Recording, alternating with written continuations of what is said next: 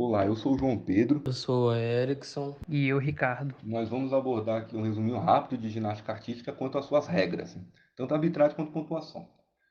A ginástica artística que surgiu ali por volta de 1811 com Friedrich Jahn na Alemanha, chegou no Brasil justamente com a colônia alemã por volta de 1824, mas só em 1951 que foi oficializado no país e em 1978 somente foi criada a Confederação Brasileira de Ginástica.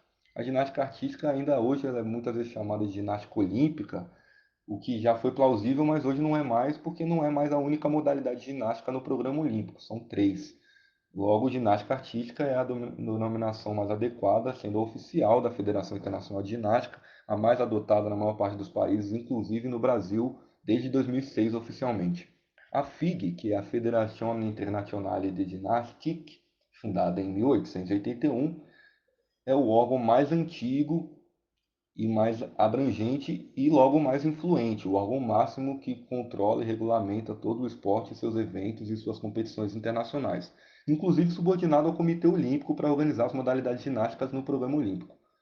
São 7 comitês da FIG, um relativo à ginástica para todos, que é de demonstração, promoção e inclusão, e os outros 6 com as modalidades competitivas, ginástica artística masculina, artística feminina, rítmica, aeróbicos, acrobáticos e trampolim.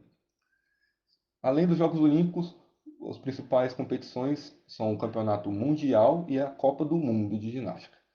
Na maioria das competições oficiais, a idade mínima é 16 anos, inclusive nas Olimpíadas, que a gente tem aqui o exemplo das fases de competição. Primeiro as eliminatórias, em que todos competem, depois finais por equipe, em que competem as 8 melhores equipes das eliminatórias, a final individual, que são os 24 melhores atletas nas eliminatórias, sendo no máximo 3 por país, e final por prova, que são os 8 melhores classificados nas eliminatórias, mas separadamente cada aparelho.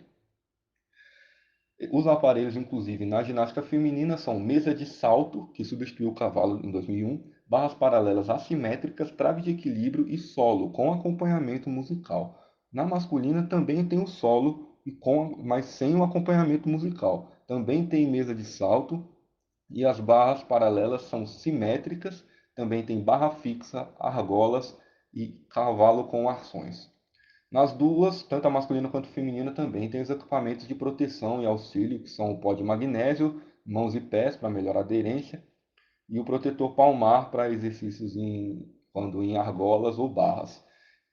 Esses aparelhos são os oficiais, logo eles são os de alto rendimento, para competições e treinos em alto rendimento. Então eles podem e devem ser substituídos ou adaptados em contextos vulneráveis de alguma dificuldade e principalmente de iniciação.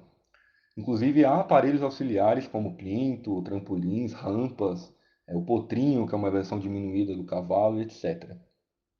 Nas competições oficiais, antes de começar as provas, os ginastas podem aquecer nos aparelhos, com algumas normas. No salto sobre a mesa, pode ser até 2 saltos na classificatória e 3 na final. As barras paralelas e assimétricas, os ginastas têm 50 segundos, incluindo os ajustes nos aparelhos, e nos demais aparelhos, os atletas aquecem por até 30 segundos. Quanto à etapa classificatória e às finais por equipe, o tempo de aquecimento é de acordo com a quantidade de atletas participando. Logo, as próprias equipes se organizam para dividir por igual entre seus participantes. Bom, dando continuidade à parte de arbitragem, como a gente vê aí, para avaliar uma série, os elementos são separados em grupos que vão de valor 0,1 a 0,9 de AI.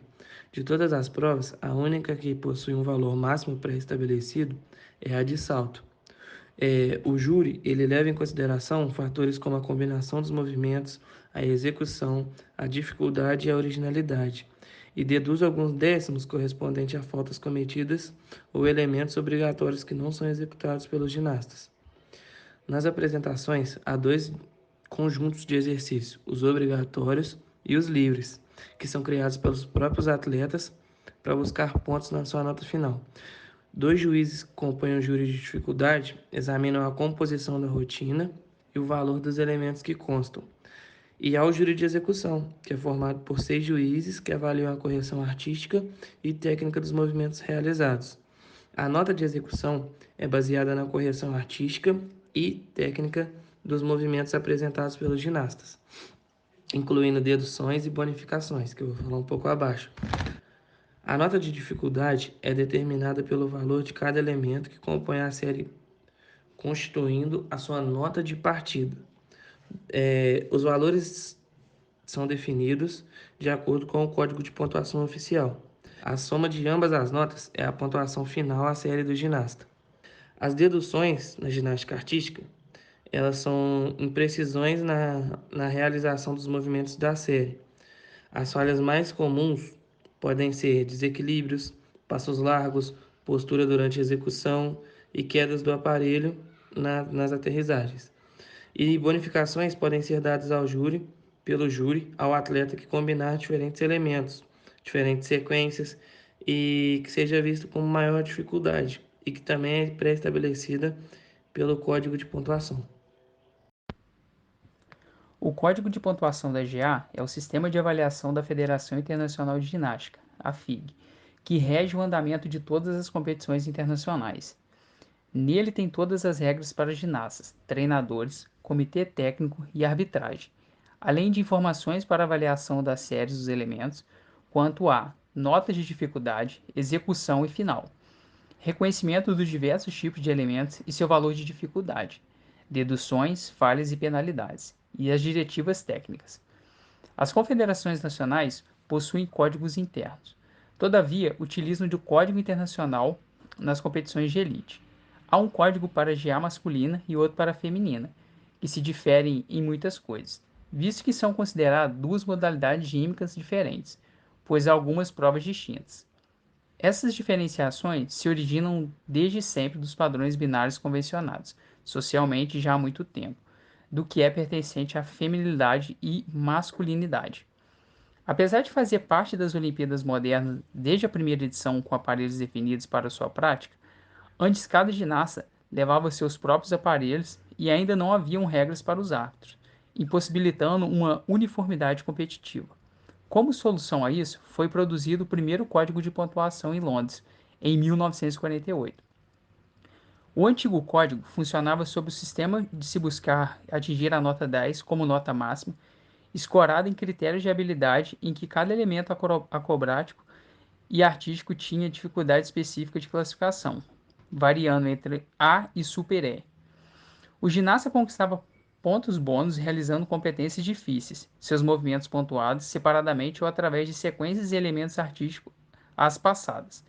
As composições de rotina eram decididas pelos competidores. Todavia, em todos os aparelhos, há exceções do salto. Havia elementos obrigatórios a se executar. A pontuação base era o padrão de valor inicial da rotina, mas sendo alterado com o passar dos anos, diminuindo as exigências mínimas de pontos. O valor inicial era a combinação de pontuação base e dos bônus adicionados pelo ginasta, ou seja, o valor das suas passadas movimentos de ligação e elementos obrigatórios, e o atleta visava conseguir sua nota inicial o mais perto possível do 10. Em 2006, houve uma forte revisão do código de pontuação, produzindo-se o atual, inclusive sob polêmicas por diversas alegações diretas e indiretas da irregularidades no julgamento das Olimpíadas de Atenas. Desde então, há distinção de notas e dificuldades da execução, arbitradas pelo júri composto por 9 árbitros, sendo um escalado como coordenador, 2 na banca de dificuldade e 6 na execução. As regras para as provas do salto foram as únicas que não sofreram grandes mudanças para o novo código. Em geral, o código é atualizado a cada ciclo olímpico, com revisões a fim de demonstrar tendências de mudanças no esporte e atualizar a tabela de elementos.